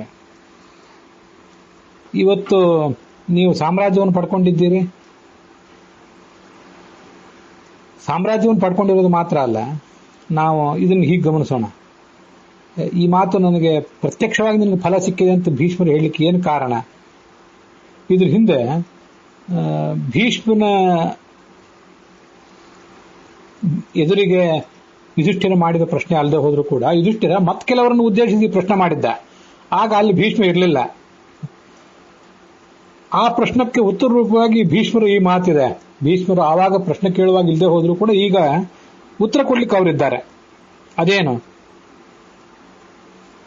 ವನಪರ್ವದಲ್ಲಿ ಒಂದು 2-3 ಬಾರಿ ಯುಧಿಷ್ಠಿರ ಆ ಪ್ರಶ್ನೆ ಮಾಡಿದ್ದಿದೆ. ಪರಾಂಶ ದುರ್ಗುಣಾನ್ಮನ್ಯೆ, ನನ್ನ ಶತ್ರುಗಳಾದಂತಹ ದುರ್ಯೋಧನ ಮೊದಲಾದವರು ಅನೇಕ ದುರ್ಗುಣ ಉಳ್ಳವರಾಗಿದ್ದಾರೆ, ನಾನು ಸದ್ಗುಣ ಉಳ್ಳವನಾಗಿದ್ದೇನೆ, ಅದೆಲ್ಲ ಹೌದು. ಆದ್ರೆ ನನಗೆ ಮಾತ್ರ ಯಾವುದೇ ಸುಖ ಸಿಗ್ತಾ ಇಲ್ಲ ಜೀವಮಾನದಲ್ಲಿ. ಅವರು ಎಲ್ಲ ರೀತಿಯ ವೈಭವದಿಂದ ಮೆರಿತಾ ಇದ್ದಾರೆ. ಇದಕ್ಕೇನು ಕಾರಣ? ಮಾರ್ಕಂಡೇಯರನ್ನು ಕೇಳಿದ್ದ, ಲೋಮಶರನ್ನು ಕೇಳಿದ್ದ ಯುಧಿಷ್ಠಿರ. ಆಗ ಅವರು ರಾಮನ ನಳದಮಯಂತಿಯರ ಕಥೆಗಳನ್ನೆಲ್ಲ ಆ ಯುಧಿಷ್ಠಿರನಿಗೆ ಅವನ ತಮ್ಮಂದರಿಗೆ ಹೇಳಿ ಅವನನ್ನು ಸಮಾಧಾನ ಪಡಿಸಿದರು. ನಾವು ಋಷಿಗಳು ಅನೇಕ ಕಾಲದಿಂದ ಬದುಕಿದ್ದೇವೆ. ಧರ್ಮದಿಂದ ಜೀವನ ನಡೆಸಿದವರು ಯಾವ ಫಲಗಳನ್ನು ಪಡ್ಕೊಂಡಿದ್ದಾರೆ ಅನ್ನೋದನ್ನು ನಾವು ನೋಡಿದ್ದೇವೆ. ಅಧಾರ್ಮಿಕರು ಹೇಗೆ ಹಾಳಾಗಿ ಹೋಗಿದ್ದಾರೆ ಅಂತ ನೋಡಿದ್ದೇವೆ. ಆದ್ದರಿಂದ ಧರ್ಮದಲ್ಲಿ ನಿನಗೆ ನಿಷ್ಠೆ ಕುಂದದಿರಲಿ ಅಂತ ಅವರು ಅವನಿಗೆ ಧೈರ್ಯ ತುಂಬಿದ್ರು. ಆ ವನಪರ್ವದಲ್ಲಿ ಅವನ ಕೇಳಿದ ಪ್ರಶ್ನೆಗೆ, ಆ ಪ್ರಶ್ನವನ್ನು ಕೇಳಲಿಕ್ಕೆ ಭೀಷ್ಮ ಅಲ್ಲಿರಲಿಲ್ಲ. ಭೀಷ್ಮ ನಾಡಿನಲ್ಲಿದ್ದ, ಇವನು ಕಾಡಿನಲ್ಲಿದ್ದ. ಈಗಿಲ್ಲಿ ನೋಡ್ತಿದ್ದಾನೆ, ಇಷ್ಟೆಲ್ಲ ಕಷ್ಟ ನೀನು ಪಟ್ಟಿಯಲ್ಲ. ನಿಯಮಾನಾಂ ಕತೂನಾಂಚ ತ್ವಯಾ ಅವಾಪ್ತಮಿದಂ ಫಲಂ. ಇಷ್ಟೆಲ್ಲ ನೀನು ನಿನ್ನ ತಮ್ಮಂದ್ರು ಕಷ್ಟಪಟ್ರಿ. ನಿನ್ನ ಹೆಂಡತಿ ಅನೇಕ ಬಾರಿ ನಿನ್ನನ್ನೇ ಮೂದಲಿಸಿದ್ಲು ದ್ರೌಪದಿ. ಏನಂತ? ಧರ್ಮೋ ರಕ್ಷಿತಿ ರಕ್ಷಿತ ಅಂತ ಒಂದು ಜನಸಾಮಾನ್ಯರ ನಿಯಮ. ಆದ್ರೆ ಯುಧಿಷ್ಠಿರನನ್ನು ಬಿಟ್ಟು ಅಂತ ನಾನು ಒಂದು ತಿದ್ದುಪಡಿ ಹೇಳ್ತೀನಿ ಅಂತ ಅಂತಿದ್ಲು ಅವಳು. ಸಾಮಾನ್ಯವಾಗಿ ಯಾರು ಧರ್ಮಾಚರಣೆ ಮಾಡ್ತಾರೆ ಅವರಿಗೆ ಸುಖ ಸಿಗಬೇಕಾದ್ರು. ಆದ್ರೆ ಯುಧಿಷ್ಠಿರನಿಗೆ ಮಾತ್ರ ಚಾಂತು ಮನ್ಯ ನರಕ್ಷಿತಂ, ನಿನ್ನನ್ನು ಒಬ್ಬನನ್ನು ಮಾತ್ರ ಧರ್ಮ ಧರ್ಮ ಅಂತ ತಡ್ಪಡಿಸಿದವನನ್ನ ಧರ್ಮ ಎಂದು ಕೈ ಹಿಡಿದಿಲ್ಲಲ್ಲ. ನೀನು ಧರ್ಮಾಚರಣೆ ಮಾಡಿ ಗಳಿಸಿದ್ದೇನು ಬಂತು? ಅದರಿಂದ ಆ ನಿಯಮಕ್ಕೆ ನೀನೊಂದು ಅಪವಾದ ಅಂತ ಆ ಕೈ ಹಿಡಿದ ಹೆಂಡತಿಯೇ ಆತನನ್ನ ಟೀಕಿಸ್ತಾ ಇದ್ಲು. ಅವನಿಗೆ ಸ್ವಯಂ ಮನಸ್ಸಿತ್ತು. ಇಷ್ಟೆಲ್ಲ ಆತನಿಗೆ ಮನಸ್ಸಿನಲ್ಲಿ ಸಮಸ್ಯೆಗಳಿದ್ವಲ್ಲ. ಇವತ್ತು ಅವನು ತನ್ನ ಶತ್ರುಗಳನ್ನೆಲ್ಲ ಕೊಂದು ಭರತ ವಂಶದ ಸಾಮ್ರಾಟ ಆಗಿ ಮೆರಿತಾ ಇದ್ದಾನೆ. ಈ ಜಯವನ್ನು ಪಡ್ಕೊಂಡಿದ್ದಾನೆ. ಅದಲ್ಲದೆ ಬರೀ ಜಯವನ್ನು ಪಡ್ಕೊಂಡಿರೋದು ಮಾತ್ರ ಅಲ್ಲ, ಅವನು ಪಡ್ಕೊಂಡಿರೋದು ಕೃಷ್ಣನ ಅನುಗ್ರಹವನ್ನ, ಮತ್ತೆ ಎಲ್ಲಾ ಧಾರ್ಮಿಕರ ಹೃದಯದಲ್ಲಿ ಒಂದು ಸ್ಥಾನವನ್ನ ತನ್ನ ತಮ್ಮಂದಿರ ಜೊತೆಗೂಡಿ. ದುರ್ಯೋಧನ ತಾನು ಬದುಕಿದ್ದಾಗ ಪೌಂಡರೀಕ ಯಾಗ ಇತ್ಯಾದಿಗಳನ್ನು ಮಾಡಿ ಮೆರೆದಾಡಿದ್ರು ಕೂಡ ಭಗವಂತನ ಅನುಗ್ರಹವನ್ನು ಪಡೀಲಿಲ್ಲ. ಜ್ಞಾನಿಗಳ, ವ್ಯಾಸರ ಮೊದಲಾದ ಋಷಿಗಳ ಅನುಗ್ರಹವನ್ನು ಪಡೆಯಲಿಲ್ಲ. ಅನೇಕ ಋಷಿಗಳ ಕೋಪಕ್ಕೆ ಅವನು ಪಾತ್ರನಾದ. ಯಾರ ಹೃದಯದಲ್ಲಿ, ಯಾರ ಧಾರ್ಮಿಕರಾದವರ ನ್ಯಾಯ ನೀತಿಗಳನ್ನು ನಂಬಿದವರ ಹೃದಯದಲ್ಲಿ ಅವನಿದ್ದಾನೆ, ಅವನ್ ಯಾರು ಆದರ್ಶ ಅಂತ ಪರಿಗಣನೆ ಮಾಡ್ತಾರೆ. ಎಲ್ಲದಕ್ಕಿಂತ ಹೆಚ್ಚಾಗಿ ಶಾಂತಿ ಪರ್ವ ಮತ್ತು ಅನುಶಾಸನ ಪರ್ವಗಳ ರೂಪದಲ್ಲಿ ದೀರ್ಘವಾದಂತಹ ಒಂದು ಪ್ರವಚನವನ್ನ ಈ ಯುಧಿಷ್ಠಿರ ಕೇಳ್ತಾ ಇದ್ದಾನಲ್ಲ ತಮ್ಮಂದ್ರ ಜೊತೆಗೂಡಿ. ಇಂಥ ಕೇಳಬೇಕು ಅನ್ನುವ ಪ್ರವೃತ್ತಿ, ಅದನ್ನು ಹೇಳಿ ಇದನ್ನು ಹೇಳಿ ಅಂತ ಕೇಳಬೇಕು ಅನ್ನುವ ಪ್ರವೃತ್ತಿ ದುರ್ಯೋಧನನಿಗೆ ಏನಿತ್ತು, ಎಷ್ಟಿತ್ತು? ನಾವು ಅದನ್ನು ಹಿಂದೆನೂ ಕೂಡ ನೋಡಿದ್ದೇವೆ. ಎಲ್ಲೇ ಒಂದು ವಿಷಯ ಬಂದ್ರು, ಅದು ವನಪರ್ವ ಇರಲಿ ಮತ್ತಾವುದೇ ಪರ್ವ ಇರಲಿ, ಯಾರಾದ್ರೂ ಏನಾದ್ರು ಹೇಳ್ತಾರೆ ಅಂತ ಕಂಡ್ರೆ ಇನ್ನಷ್ಟು ಹೇಳಿ ಅಂತಿದ್ದ ಆ ಯುಧಿಷ್ಠಿರ. ನಾರದರನ್ನು ಕೇಳಿದ್ದಾನೆ, ಲೋಮಶರನ್ನು ಕೇಳಿದ್ದಾನೆ, ಮಾರ್ಕಂಡೇಯರನ್ನು ಕೇಳಿದ್ದಾನೆ, ವ್ಯಾಸರನ್ನು ಕೇಳಿ ತಿಳಿದಿದ್ದಾನೆ, ಭೀಷ್ಮರನ್ನು ಕೇಳಿ ತಿಳಿದಿದ್ದಾನೆ. ಇದೇ ಎಲ್ಲ ಪ್ರತ್ಯಕ್ಷ ಫಲ, ಜ್ಞಾನದ ಸುಗಂಧ ಇದು. ಆದ್ರಿಂದ ಪ್ರತ್ಯಕ್ಷವಾಗಿ ಫಲ ಸಿಕ್ಕಿದೆ ನೋಡು ಅಂತ ಹೇಳ್ತಾ ಇದ್ದಾರೆ. ಸ್ವಧೀತಸ್ಯ ಚ ಫಲಂ ದೃಶ್ಯತೆ ಅಮೂತ್ರ ಇಹಚ. ಒಬ್ಬ ಚೆನ್ನಾಗಿ ಅಧ್ಯಯನ ಮಾಡಿದ, ಸ್ವಧೀತ ಚೆನ್ನಾಗಿ ಅಧ್ಯಯನ ಅಂತ ಅದನ್ನು ವರ್ಣನೆ ಮಾಡ್ತಾರೆ. ಅದರ ಫಲ ಈ ಲೋಕದಲ್ಲಿಯೂ ಕಂಡು ಬರ್ತದೆ, ಪರಲೋಕದಲ್ಲಿಯೂ ಕಂಡು ಬರ್ತದೆ. ನಮಗೂ ಜ್ಞಾನ ಬರ್ತದಲ್ಲ, ಜ್ಞಾನದಲ್ಲಿ ಒಂದು ಸುಖ ಇದೆಯಲ್ಲ. ಆ ಜ್ಞಾನ ಕೊಡುವಂತಹ ಮಹಾಸುಖವನ್ನ ಮತ್ಯಾವ ಸಂಗತಿ ಜಗತ್ತಿನಲ್ಲಿ ಕೊಡ್ಲಿಕ್ಕೆ ಸಾಧ್ಯ? ಇದನ್ನು ನಾವು ತಿಳ್ಕೊಳ್ಬೇಕು. ಯಾವ ಮಾನ ಸನ್ಮಾನಗಳಾದರೂ, ಯಾವ ಪ್ರತಿಫಲಗಳಾದರೂ, ಜನರಲ್ಲಿ ಕೀರ್ತಿ, ಯಶಸ್ಸು ಇತ್ಯಾದಿ ಯಾವುದೇ ಆದರೂ, ಜ್ಞಾನದಿಂದ ಸಿಗುವಂಥ ಒಂದು ಸುಖ, ಮತ್ತಷ್ಟು ಜ್ಞಾನವನ್ನು ಸಂಪಾದನೆ ಮಾಡಬೇಕು ಅನ್ನುವಂಥ ಒಂದು ಕಾತರತೆ, ಇದರ ಮುಂದೆ ಬೇರೆ ಅರ್ಥಗಳು, ಮಾನ ಸನ್ಮಾನಗಳು ಅವು ಯಾವ ಬೆಲೆಯನ್ನು ಹೊಂದಿವೆ? ಅದಕ್ಕೆ ಒಂದು ಭಗವಂತನ ಪ್ರೀತಿ ಆಗ್ತದೆ. ಇದು ಜ್ಞಾನದ ಫಲ. ಈ ಜಗತ್ತಿನಲ್ಲಿದೆ, ಪರಲೋಕದಲ್ಲೂ ಅದು ಕಂಡು ಬರ್ತದೆ. ಈ ಲೋಕದಲ್ಲಿ ಸಂಪದ್ಯುಕ್ತನಾಗಿ ಬ್ರಹ್ಮಲೋಕದಲ್ಲೂ ಸಂಪದ್ಯುಕ್ತನಾಗಿರ್ತಾನೆ. ಇಹಲೋಕೆ ಅರ್ಥವಾನ್ ನಿತ್ಯಂ ಬ್ರಹ್ಮಲೋಕೆ ಚ ಮೋದತೆ, ಇಹಲೋಕೆ ಅಥವಾ ನಿತ್ಯಂ ಅಂತನೂ ಇದೆ. ಇಂದ್ರಿಯ ನಿಗ್ರಹ ಇದ್ದವರು ಯಾವಾಗಲೂ ಸುಖಿಗಳಾಗಿರ್ತಾರೆ, ಸಂತುಷ್ಟರಾಗಿರ್ತಾರೆ. ಇದು ನೋಡಿ, ಇದು ಜೀವಮಾನ ಪೂರ ಇಂದ್ರಿಯ ನಿಗ್ರಹಗಳನ್ನು ಇಟ್ಕೊಂಡು ಸಂಯಮದ ಜೀವನ ನಡೆಸುವವರಿಗೆ ಏನು ಫಲ ಅಂತೆಲ್ಲ ಕೇಳ್ತಿದ್ದಾನಲ್ಲ ಅವನು. ಯಾವಾಗಲೂ ಸುಖವಾಗಿರ್ತಾರೆ, ಅವ್ರಿಗೆ ದುಃಖ ಅಂತ ಅನ್ನೋದೇ ಆಗೋದಿಲ್ಲ. ತೃಪ್ತರಾಗಿರ್ತಾರೆ, ಅವರು ಅಲ್ಪ ತೃಪ್ತರಾಗಿರ್ತಾರೆ. ನಾವು ಇಂದ್ರಿಯ ನಿಗ್ರಹವನ್ನ ಅಳವಡಿಸಿಕೊಂಡು ಬದುಕಲಿಕ್ಕೆ ಆ ಕಾರಣದಿಂದಾಗಿ ಹಿಂಜರಿಬಾರದು ಅಂತ ಇದ್ದಾರೆ ಅವರು. ತಮಗೆ ಇಚ್ಛೆ ಬಂದಲ್ಲಿ ಹೋಗ್ತಾರೆ ಇಂದ್ರಿಯ ನಿಗ್ರಹ ಇದ್ದವರು. ಶತ್ರುಗಳನ್ನೆಲ್ಲ ನಿವಾರಿಸ್ಕೋತಾರೆ. ಸರ್ವಶತ್ರು ನಿಷೂದನಾಹ. ಇವ್ರ ಕೈಯಲ್ಲಿ ಖಡ್ಗ ಇರ್ಬೋದು, ಬಿಲ್ಲು ಬಾಣ ಇಲ್ಲದೆ ಇರ್ಬೋದು, ಬಂದೂಕ್ ಇಲ್ಲದೆ ಇರ್ಬೋದು. ಆ ಶತ್ರುಗಳು ತಾನಾಗಿಯೇ ಇವರಿಂದ ನಿವೃತ್ತರಾಗಿ ಬಿಡ್ತಾರೆ. ಇಚ್ಛೆ ಪಟ್ಟಿದ್ದನ್ನೆಲ್ಲವನ್ನು ಪಡ್ಕೋತಾರೆ. ಇಚ್ಛೆ ಪಟ್ಟದ್ದು ಅಂದ್ರೆ ನಮ್ಮಂಥವ್ರಿಗೆ ನಮಗೆ ಕಂಡದ್ದೆಲ್ಲ ಬೇಕಾಗ್ತದೆ. ಇಂಥ ವ್ಯರ್ಥವಾದ ಇಚ್ಛೆಗಳು ಅವರ ಮನಸ್ಸಿನಲ್ಲಿ ಮೂಡೋದೇ ಇಲ್ಲ. ಸದಿಚ್ಛೆಗಳೇ ಮೂಡ್ತವೆ. ಆ ಇಚ್ಛೆಗಳೆಲ್ಲ ಈಡೇರ್ತವೆ. ಕಾಮಕ್ರೋಧಗಳನ್ನು ಗೆಲ್ತಾರೆ, ಇದರಲ್ಲಿ ಸಂಶಯ ಇಲ್ಲ. ಇಂದ್ರಿಯ ನಿಗ್ರಹದ ಫಲ ಇದು. ತಪಸ್ಸು, ಪರಾಕ್ರಮ, ಜ್ಞಾನ ಇತ್ಯಾದಿಗಳ ಮೂಲಕ ಆನಂದವನ್ನು ಅನುಭವಿಸ್ತಾರೆ. ಕ್ಷಮಾವಂತರು ಆಗಿರ್ತಾರೆ. ಅವರು ಒಂದು ಸಹನೆಯಿಂದ ಬದುಕ್ತಾರೆ ಈ ಜಗತ್ತಿನಲ್ಲಿ.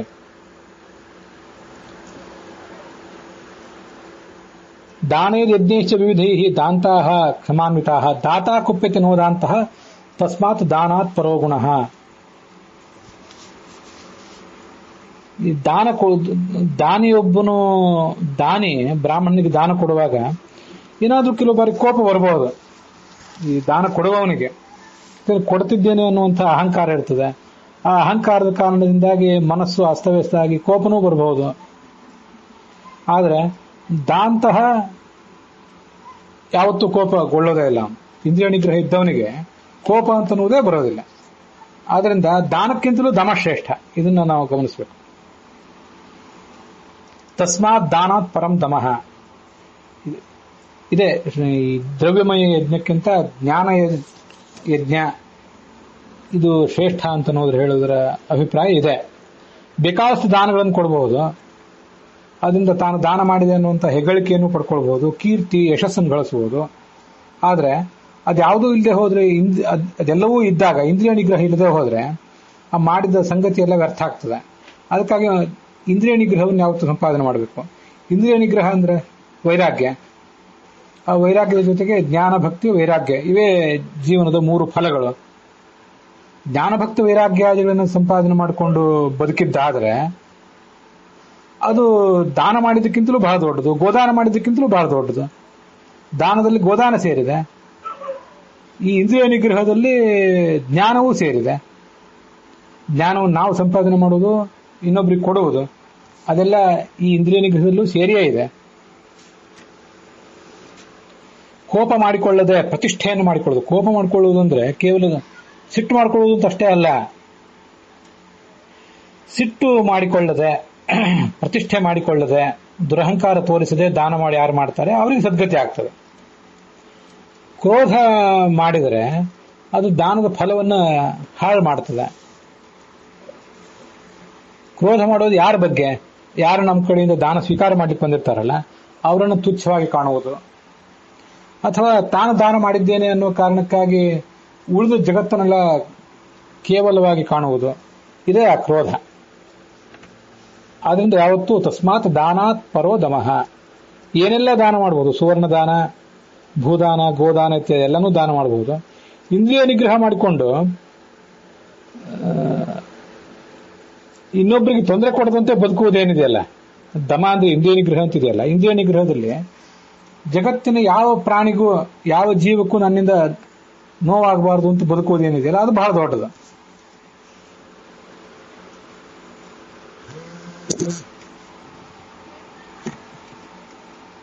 ಅದೃಶ್ಯಾನಿ ಮಹಾರಾಜ ಸ್ಥಾನಾನಿ ಅಯುತಶಃ ಭುವಿ.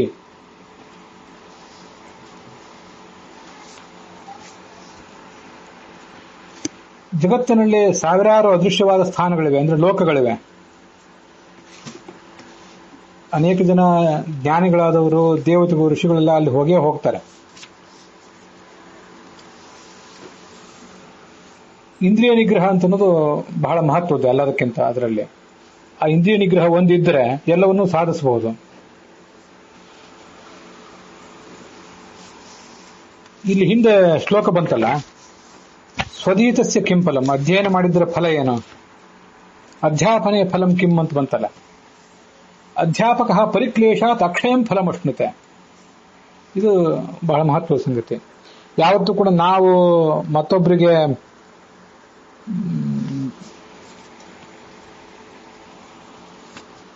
ಜ್ಞಾನವನ್ನು ದಾನ ಮಾಡುವಾಗ ಅದೊಂದು ಶಬ್ದವೇ ಅಲ್ಲಿದೆ, ವಿದ್ಯಾದಾನಾತ್ ಪರಂ ನಾಸ್ತಿ ವೇದ ವಿದ್ಯಾ ಮಹಾಫಲ.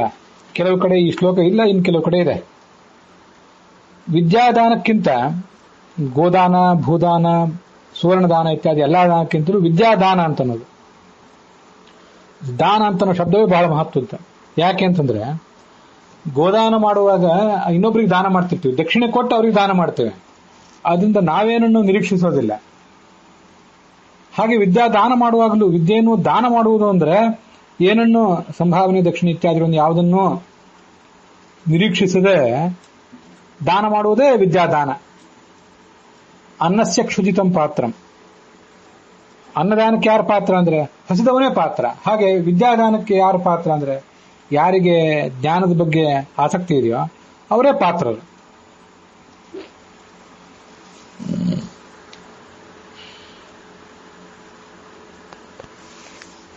ಅನ್ನದಾನಂ ಪರಂ ದಾನಂ ವಿದ್ಯಾದಾನ ಮತಃ ಪರಂ. ಅನ್ನೇನ ಕ್ಷಣಿಕಾ ತೃಪ್ತಿ ಯಾವಜ್ಜೀವಂಶ ವಿದ್ಯೆಯ ಅಂತ ಸುಭಾಷಿತ ಹೇಳೋದು ಅದಕ್ಕಾಗಿ. ಅನ್ನದಾನ ಶ್ರೇಷ್ಠ ಹೌದಿಲ್ಲ ಅಂತಲ್ಲ, ಆದರೆ ವಿದ್ಯಾದಾನ ಅದಕ್ಕಿಂತಲೂ ಶ್ರೇಷ್ಠ. ಅನ್ನದಾನದಿಂದ ಹೊಟ್ಟೆ ತುಂಬುತ್ತದೆ, ಹೊಟ್ಟೆ ಕೆಲವು ಗಂಟೆಗಳಾದ್ಮೇಲೆ ಖಾಲಿ ಆಗ್ತದೆ. ಆದರೆ ವಿದ್ಯಾದಾನ ಅಂತ ಅನ್ನೋದು ಜೀವಮಾನ ಪೂರ್ಣವಾದಂತಹ ತೃಪ್ತಿಯನ್ನ ಆ ಮನುಷ್ಯನಿಗೆ ಕೊಡ್ತದೆ. ಅದಕ್ಕಾಗಿ ವಿದ್ಯಾ ದಾನವನ್ನು ಮಾಡ್ತಾನೆ ಇರಬೇಕು ಮನುಷ್ಯ.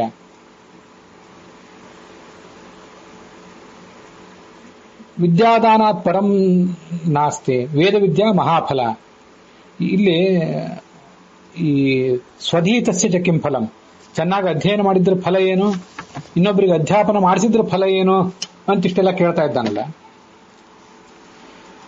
ಈ ಸಭಾಪರ್ವದಲ್ಲಿ ಇದೇ ಯುಧಿಷ್ಠಿರ ಮತ್ತೆ ನಾರದರ ನಡುವಿನ ಒಂದು ಸಂವಾದ ಇದೆ. ಕಚ್ಚಿತ್ತೆ ಸಫಲಂ ಶ್ರುತಂ, ನೀನು ಮಾಡಿದ ಶ್ರವಣವೆಲ್ಲವೂ ಕೂಡ ಸಫಲವಾಗಿದೆಯೋ ಅಂತ ಕೇಳ್ತಾರೆ ನಾರದರು. ಅದೇನು ಶ್ರವಣವು ಸಫಲ ಆಗುವುದು ಅಂದ್ರೆ ಏನು, ಸ್ವಲ್ಪ ಅದನ್ನ ನೀವೇ ಹೇಳ್ರಿ ಅಂತ ಇವನ್ ಕೇಳ್ತಾನೆ. ಅದಕ್ಕೆ ಅವ್ರು ಹೇಳ್ತಾರೆ, ಶೀಲವೃತ್ತ ಫಲಂ ಶ್ರುತಂ. ಇದು ಮುಖ್ಯವಾದ್ದು. ನಮ್ಮ ನಡವಳಿಕೆ, ಅಂತರಂಗದ ಸ್ವಭಾವ ಮತ್ತೆ ಬಾಹ್ಯ ನಡವಳಿಕೆಗಳು, ಇವು ಶೀಲ ಮತ್ತೆ ವೃತ್ತ. ವೃತ್ತ ಅಂದ್ರೆ ಬಾಹ್ಯ ನಡವಳಿಕೆ, ಮತ್ತೆ ಶೀಲ ಅಂದ್ರೆ ಅಂತರಂಗದಲ್ಲಿನ ಸ್ವಚ್ಛತೆ. ಇವೆರಡನ್ನೂ ನಾವು ಸರಿಪಡಿಸಿಕೊಳ್ಳುವುದೇ ಶ್ರುತದ ಫಲ. ಒಬ್ಬ ವ್ಯಕ್ತಿಗೆ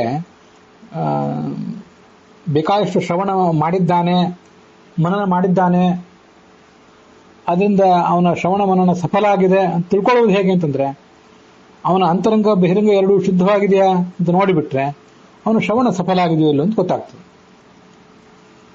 ಅಧ್ಯಾಪಕ ಪರಿಕ್ಲೇಶಾತ್ ಅಕ್ಷಯಂ ಫಲಮಶ್ನುತೆ ವಿಧಿವತ್ ಪಾವಕಂ ಭೂತ್ವ ಬ್ರಹ್ಮಲೋಕೆ ನರಾಧಿಪ. ಅಧ್ಯಾಪಕನಾದವನು ಆ ಶಿಷ್ಯನಿಗೆ ಕಷ್ಟಪಟ್ಟು ಉಪದೇಶ ಮಾಡೋದ್ರಿಂದ ಮಹಾಫಲವನ್ನು ಹೊಂದುತ್ತಾನೆ ಅಂತಿದೆ.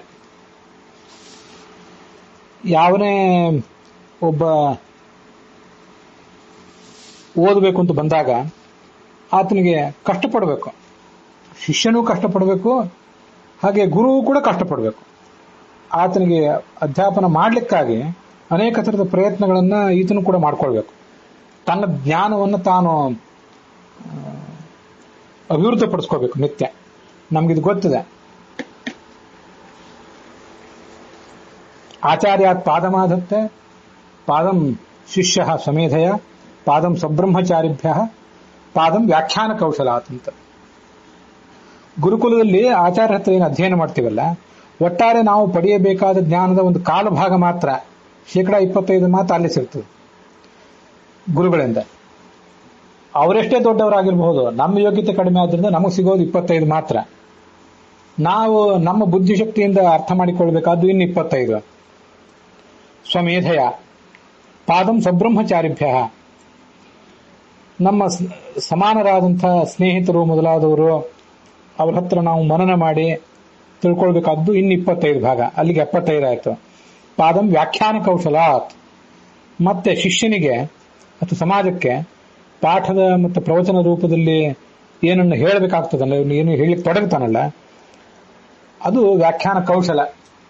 ತಾನು ಇನ್ನೊಬ್ರಿಗೆ ಹೇಳಿದಾಗ ತಾನು ಹಿಂದಿನ ಜೀವನದಲ್ಲಿ ಏನನ್ನು ಓದಿದ್ನೋ ಅದಕ್ಕಿಂತ ಹೆಚ್ಚಿನದನ್ನು ಹೀಗೆ ತಿಳ್ಕೊತಾನೆ.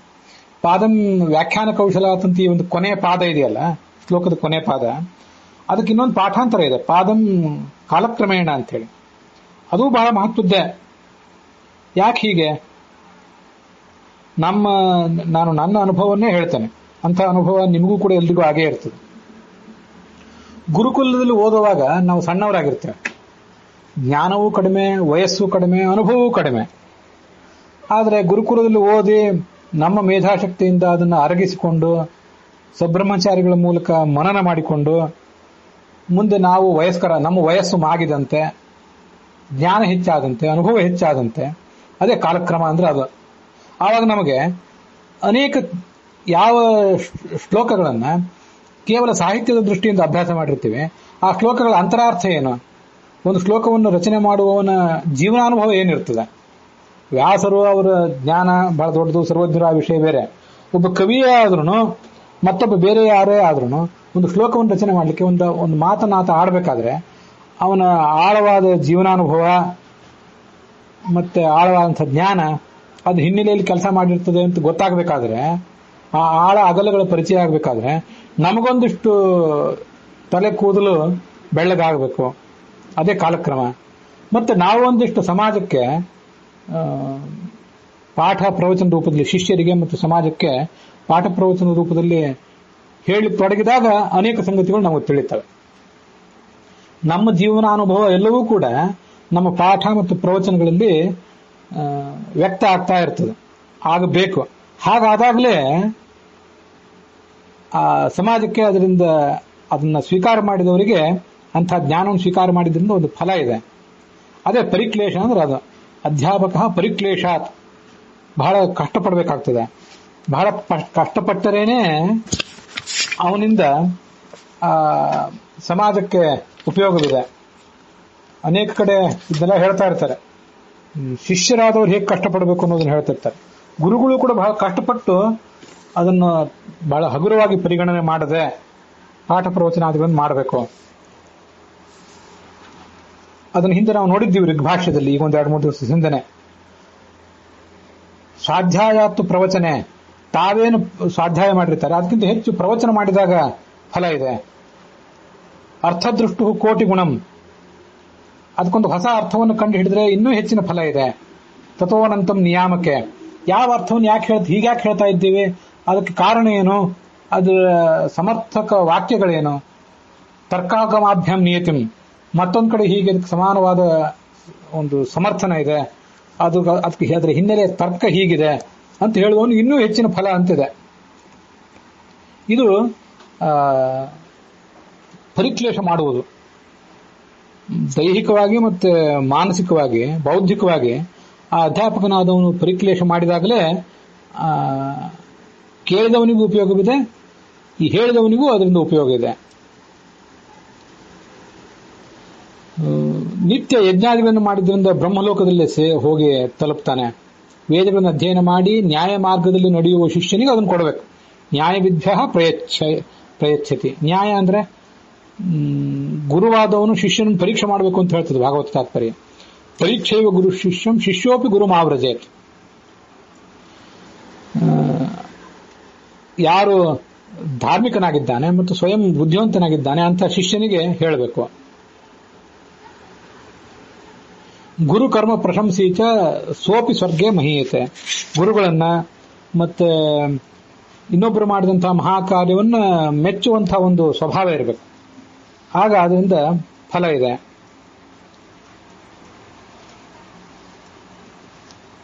ಕ್ಷತ್ರಿಯ ಯಜನ ಯಾಜನಾದಿಗಳಲ್ಲಿ ಅವನು ತೊಡಗಬೇಕು, ಅಧ್ಯಯನ ಇತ್ಯಾದಿಗಳಲ್ಲಿ ಅವನಿಗೂ ಅದರಿಂದ ಫಲ ಇದೆ. ವೈಶ್ಯ ದಾನ ಮಾಡುವುದರಿಂದ ಸಕರ್ಮನಿರಾದನಾದಂತಹ ಶೂದ್ರನು ಫಲ ಪಡ್ಕೋತಾರೆ. ಶೂರರೆಲ್ಲ ಅನೇಕ ಥರದ ಪ್ರಯೋಜನಗಳನ್ನು ಪಡ್ಕೋತಾರೆ. ಕೆಲವರು ಯಜ್ಞದಲ್ಲಿ ಶೂರರಾಗಿರ್ತಾರೆ. ಯಜ್ಞಶೂರರು, ದಮದಲ್ಲಿ ಇಂದ್ರಿಯ ನಿಗ್ರಹದಲ್ಲಿ ಶೂರರು, ಸತ್ಯ ಆಡುವುದರಲ್ಲಿ ಶೂರರು, ಯುದ್ಧದಲ್ಲಿ ಶೂರರು, ದಾನಶೂರರು, ಬುದ್ಧಿಶೂರರು ಕೆಲವರು. ಕ್ಷಮಾಶೂರರು, ಕ್ಷಮಾಗುಣದಿಂದ ಶೂರರಾದವರು. ಆರ್ಜವ ಅಂದ್ರೆ ಪ್ರಾಮಾಣಿಕತನ, ಸರಳ ಜೀವನ, ಅದರಲ್ಲಿ ಶೂರರು ಕೆಲವರು. ಕ್ಷಮ ಅಂದ್ರೆ ಭಗವನ್ನಿಷ್ಠವಾದ ಬುದ್ಧಿ, ಅದರಲ್ಲಿ ಶೂರರಾದವರು ಕೆಲವರು. ಅನೇಕ ಥರದ ನಿಯಮಗಳನ್ನು ಮಾಡಿದವರಿದ್ದಾರೆ. ವೇದಾಧ್ಯಯನ ಶೂರರಿದ್ದಾರೆ. ಶೂರ ಅಂದ್ರೆ ಖಡ್ಗ ಹಿಡಿದು ಹೋರಾಡುವವರೇ ಶೂರರಲ್ಲ. ಗಡಿಗಳಲ್ಲಿ ನಿಂತು ಗಡಿ ಭದ್ರತಾಪಟಿಗೆ ಸೇರಿ ಅಲ್ಲೇ ಹೋರಾಡಬೇಕಾಗಿಲ್ಲ. ಶಾಸ್ತ್ರದ ಗಡಿಗಳಲ್ಲಿ, ದುಷ್ಟಶಾಸ್ತ್ರ ಸಚ್ಚಾಸ್ತ್ರಗಳ ನಡುವಿನ ಒಂದು ಗಡಿ ಏನಿದೆ ಅಲ್ಲಿ ನಿಂತು ಹೋರಾಟ ಮಾಡುವವರು ಕೂಡ ವೇದಾಧ್ಯಯನ ಶೂರರೇ. ಅಧ್ಯಾಪನದಲ್ಲಿ ಶೂರರಿದ್ದಾರೆ, ಪ್ರವಚನದಲ್ಲಿ ಶೂರರಿದ್ದಾರೆ. ಇದನ್ನು ಹೀಗೆ ನಾವು ತಿಳ್ಕೋಬೇಕು. ಸುಮ್ಮನೆ ಗುರು ಶುಶ್ರೂಷಾದಲ್ಲಿ ಶೂರರಾದವರಿದ್ದಾರೆ, ಅಧ್ಯಯನದಲ್ಲಿ ಶೂರರಿದ್ದಾರೆ, ಅಧ್ಯಾಪನದಲ್ಲಿ ಶೂರರಿದ್ದಾರೆ, ಸಮಾಜಕ್ಕೆ ಬೇಕಾದಂತಹ ಪೌರೋಹಿತ್ಯ ಜ್ಯೋತಿಷ ಇದರ ಮೂಲಕ ಸಲಹೆ ಕೊಡುವವರು ಶೂರರಿದ್ದಾರೆ. ಅದನ್ನು ಕೂಡ ನಾವು ತಿಳ್ಕೊಳ್ಬೇಕು. ಗುರು ಶುಶ್ರೂಷಾ ಮಾಡಿ ಅದರಲ್ಲಿ ಶೂರರಾದವರು, ಪಿತೃ ಶುಶ್ರೂಷಾದಲ್ಲಿ ಶೂರರಾದವರು, ಮಾತೃ ಶುಶ್ರೂಷಾ ಮಾಡಿ ಕೆಲವರು ಭೈಕ್ಷ ವೃತ್ತಿಯಲ್ಲಿ ಜೀವನಕ್ಕಾಗಿ ಯಾವುದೇ ಉಪಾಯವನ್ನು ಅನುಸರಿಸದೆ ಭಿಕ್ಷಾವೃತ್ತಿಯನ್ನೇ ಅವಲಂಬಿಸಿ ಬದುಕುವಂತಹ ಶೂರರು ಇನ್ನು ಕೆಲವರಿದ್ದಾರೆ. ಸಾಂಖ್ಯ ಶೂರಾಶ್ಚ ಬಹವಃ ಯೋಗ ಶೂರಾಸ್ ತಥಾಪನೆ. ಸಾಂಖ್ಯ ಅಂದ್ರೆ ತತ್ವಜ್ಞಾನದಲ್ಲಿ ಶುದ್ಧಾತ್ಮ ತತ್ವವಿಜ್ಞಾನಂ ಸಾಂಖ್ಯಮಿತ್ಯಭಿಧೀಯತೆ. ತತ್ವಜ್ಞಾನವನ್ನು ಗಳಿಸುವುದರಲ್ಲಿ ಶೂರರು ಕೆಲವರು. ಯೋಗ ಅಂದರೆ ಯೋಗ ಮಾರ್ಗದಲ್ಲಿ, ಮಾರ್ಗವೇ ಕೆಲವರು ಪ್ರಾಣಾಯಾಮ ಮೊದಲಾದಗಳನ್ನು ಅವಲಂಬಿಸಿ ಅದರಿಂದ ಮುಂದುವರಿಯುವರು ಕೆಲವರು, ತತ್ವಜ್ಞಾನದ ಮಾರ್ಗವನ್ನು ಅನುಸರಿಸಿ ಮುಂದುವರು ಕೆಲವರು. ಹೀಗೆ ಅದರಲ್ಲಿ ಕೆಲವರು ಶೂರರು, ಇದರಲ್ಲಿ ಕೆಲವರು ಶೂರರು. ಅರಣ್ಯ ಶೂರರು ಅಂದ್ರೆ ವಾನಪ್ರಸ್ಥಾಶ್ರಮಿಗಳಾಗಿ ಬದುಕುವವರು ಕೆಲವರು, ಗೃಹಸ್ಥಾಶ್ರಮಿಗಳಾಗಿ ಬದುಕುವವರು ಕೆಲವರು, ಅತಿಥಿ ಪೂಜನದಲ್ಲಿ ಶೂರರು ಕೆಲವರು. ಸತ್ಯವನ್ನು ನುಡಿಯುವುದೇನಿದೆ ಅದು ಅತ್ಯಂತ ಮಹತ್ವದ್ದು. ಈ ಎಲ್ಲಾ ವೇದಗಳನ್ನು ಅಧ್ಯಯನ ಮಾಡುವುದು, ಎಲ್ಲಾ ತೀರ್ಥಗಳಲ್ಲಿ ಸ್ನಾನ ಮಾಡುವುದು, ಇದರಿಂದ ಬರುವಂತಹ ಪುಣ್ಯ ಏನಿದೆ, ಆ ಪುಣ್ಯ ಅಂತ ಅನ್ನೋದು ಈ ಸತ್ಯವನ್ನು ಹೇಳಿದ್ರಿಂದ ಏನೊಂದು ಫಲ ಬರ್ತಿರ್ತದೆ.